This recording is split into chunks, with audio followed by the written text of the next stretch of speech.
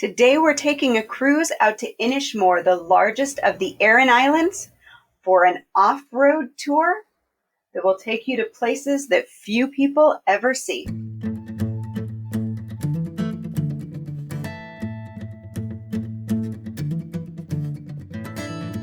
Thank you so much for joining me again here on the Traveling in Ireland podcast. Before we dig into today's interview, I just want to remind you, if you visit a place that you heard about on the podcast, be sure to let them know. This helps me get more great guests on the show and share more terrific Ireland attractions and tips.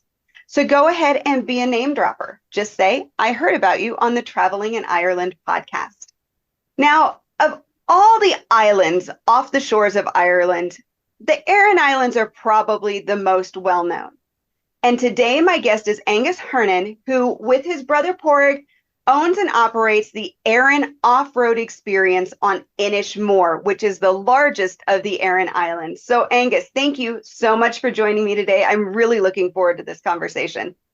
You're welcome, and I'm excited to talk a bit more about our company and the island. So let's start first with talking about the Aran Islands themselves.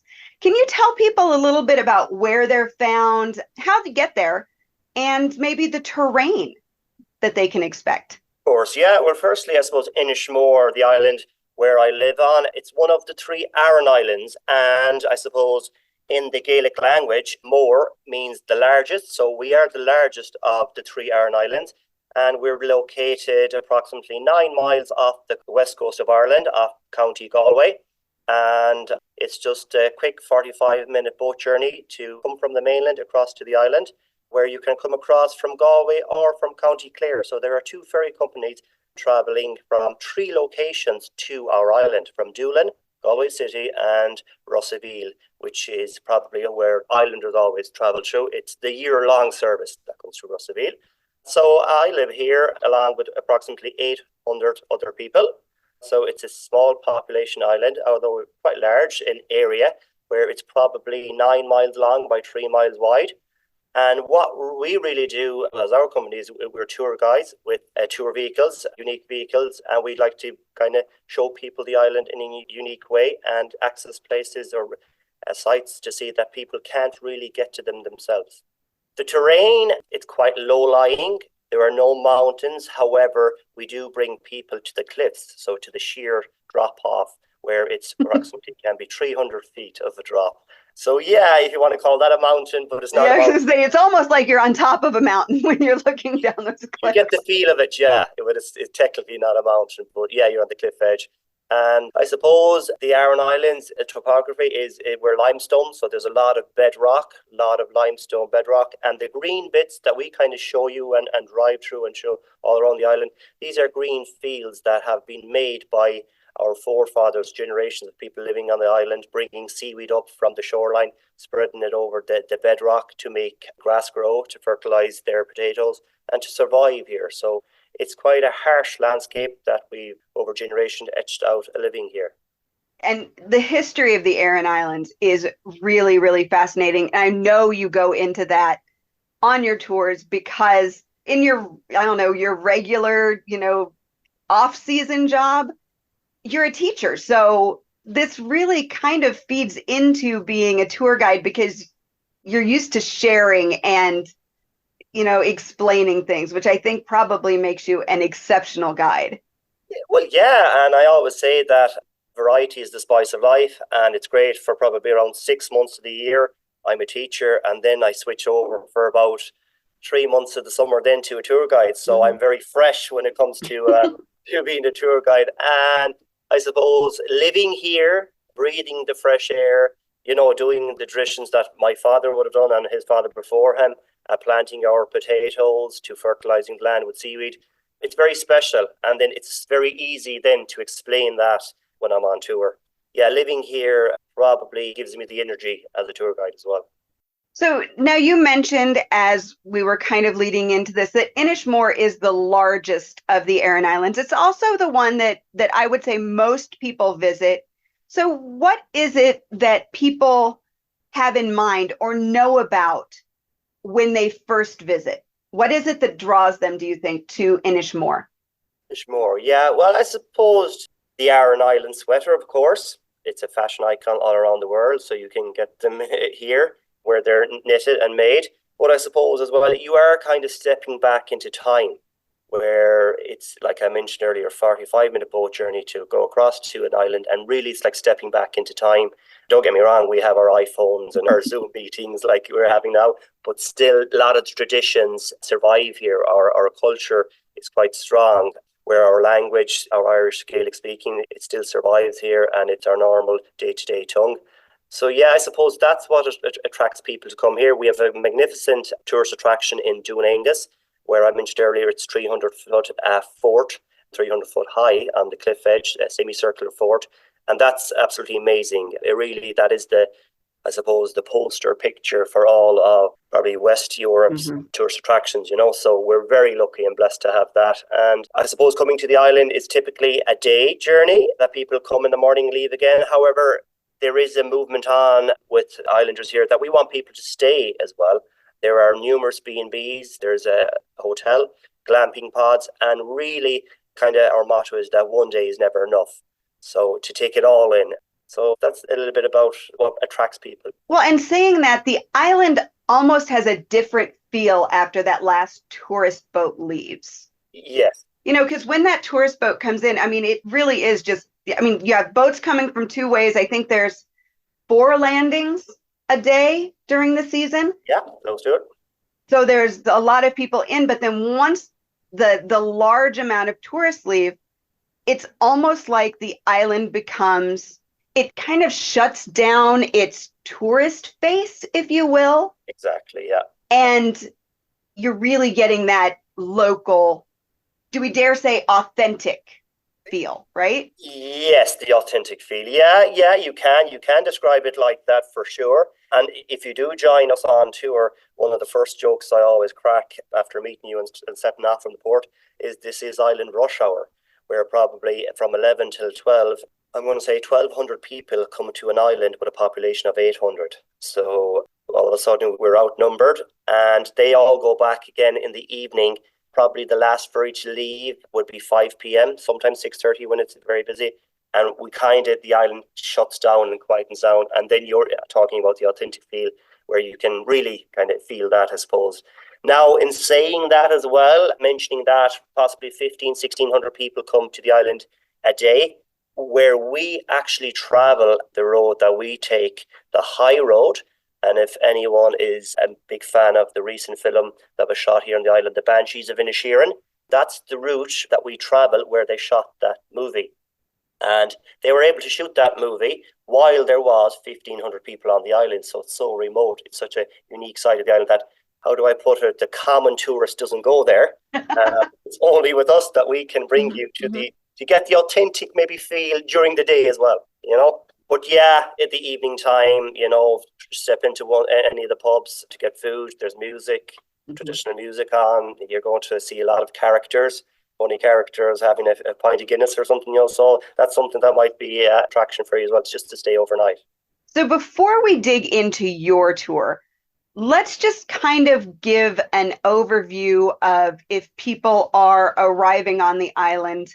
What are maybe the main attractions they would see if they were, let's say, cycling or doing it themselves? What's going to be on their route that they're going to be able to take? And then we're going to, do the contrasting of it with you. Yeah, of course, yeah. So once you come off the island, unless you have something pre-booked, you have a few options in front of you where you can jump on a minibus, you can rent a bike, you can take a horse and carriage tour.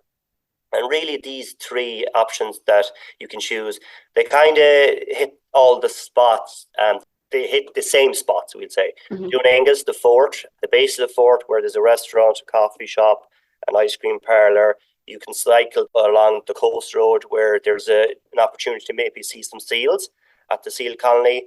And then you're coming back again to catch that boat to depart. So that's what you're going to expect. It's probably a short day where you could be landing from maybe 11:30 and you're setting off again. You might be leaving at 4 or 5 p.m. So you're going to get to see those sites, And like when you're on a bike, you can maybe explore a little more yourself. You will be given a map Possibly you could cycle on to the Seven Churches, which is a cemetery on the island. It has the ruins of seven churches. And that could be another one that you could add to your itinerary for the day. Okay. Excellent. But so the whole idea of Aran Off-Road is that you are taking people to the places that they're not going to get to otherwise. So let's talk a little bit first. I'm really curious to know how this idea came about. What inspired yourself and your brother to say, we should have these custom built vehicles and take people, to places that just aren't accessible? Yeah, so probably our background, our tradition would, as tour guides, probably starts when we were very young, as probably 14, 16 years of age. We continued with the family tradition of doing horse and carriage tours, probably better known as pony and traps, because it was two-wheel tub traps. Now they have increased in size to four wheels and pulling carriages. So we would have done those tours. My dad still does them today, along with two other brothers. They do the horse and carriage. So with them tours, they're small. You have maximum of maybe 6 to 8 people. So it gets very personal. It's 3 hours, 3.5 hour tour. So you get to know people. So we were very used to that method of probably tour guiding. And then I suppose we knew that there was this side of the island that no one ever went. It has the best views. Of course, it has the best views because Martin McDonagh, the director, chose that location and that side of the island to film. But we decided that it'd be great to be able to take people up here. And initially, when I looked into the business plan and trying to do it, the vehicles weren't there. There just wasn't a 4x4 vehicle that could, bring 12 people to this location. Mm-hmm. But then, luckily enough, we have here in Ireland something, a done deal. It's a website probably where it's like Craigslist, I'm going to guess, where second-hand vehicles are for sale and all different types of stuff you can say. And we were flicking on that one day and up popped this Land Rover Defender, which was customized to be able to carry 12 people. So I said, that's perfect. That's what we need. Straight away, 20 minutes, had it bought. And all of a sudden got my brother on board, and that was vehicle number one. And now we have two vehicles where he drives one and I drive one, and we have a maximum capacity of 24 people to show them around in one day. And we started in 2018. We bought the vehicle with the intention of getting going in 2019. Mm-hmm. But we all know what happened in 2020. There's no need to talk too much about that. So we got very little done in 2019. But from 2019 up until current day, it has grown and grown and grown to the point where I'd say, Jody, you were saying to yourself, are they ever going to reply to my emails? We were so busy, along with teaching as well, just that there's probably 50 emails that we're going to have to get around to answering quite soon. It's just really exploded. And that's probably all thanks to the reviews that we're getting. Like, people are seeing that the reviews speak for themselves. And I suppose when there are only 24 seats available in one day, they kind of fly as well. They get bought up very quickly. Exclusivity is key. Yeah, exactly. Yeah, so that's where it's starting. That's where we're at. So very excited to go in, looking into another season of tour guiding, probably kicking off for the weekends, probably in March. We're getting bookings for weekends, and then June, July, and August, it will be all day at it. So if you come in June, July, or August, it'll be me or Pádraig, which you're going to meet. And I'm hearing book early, but before we talk about booking, tell me a little bit about what people experience on your tours. So yeah, like I said, you jump into a customized vehicle, 12 seats, you're up high up the road, unlike a bus, so you're kind of sitting higher where the viewpoint is better. We take you then from the ferry port, we take you to probably along the side of the island where people don't go, where it's very quiet. We stop at multiple stops along the route to take in the views, take in the scenery, and really it's only just that small group of people that are with us that can be seen in that viewpoint. Everyone else is to the busy side where you have to share it with the buses and the horses and the cars and the bicycles. But we kind of take people as quickly as we can away from all that.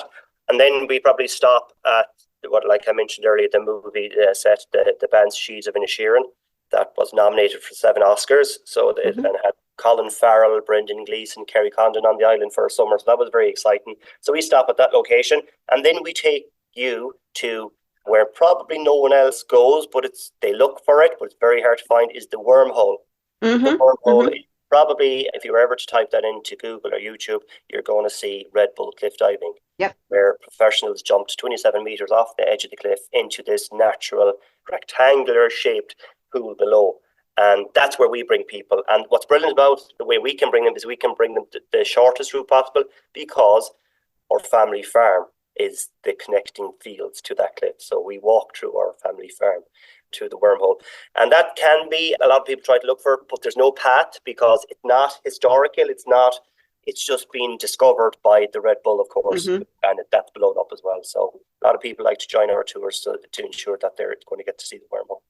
Then we take you back to the crowds where Doolin is. We couldn't leave the island without you having to see Doolin, and that's where there are restaurants. It's very busy. There's an ice cream parlour, and you have an hour and a half there to your own device where you can do the walk to the fort, or you can just stay in and have some food and take in the atmosphere.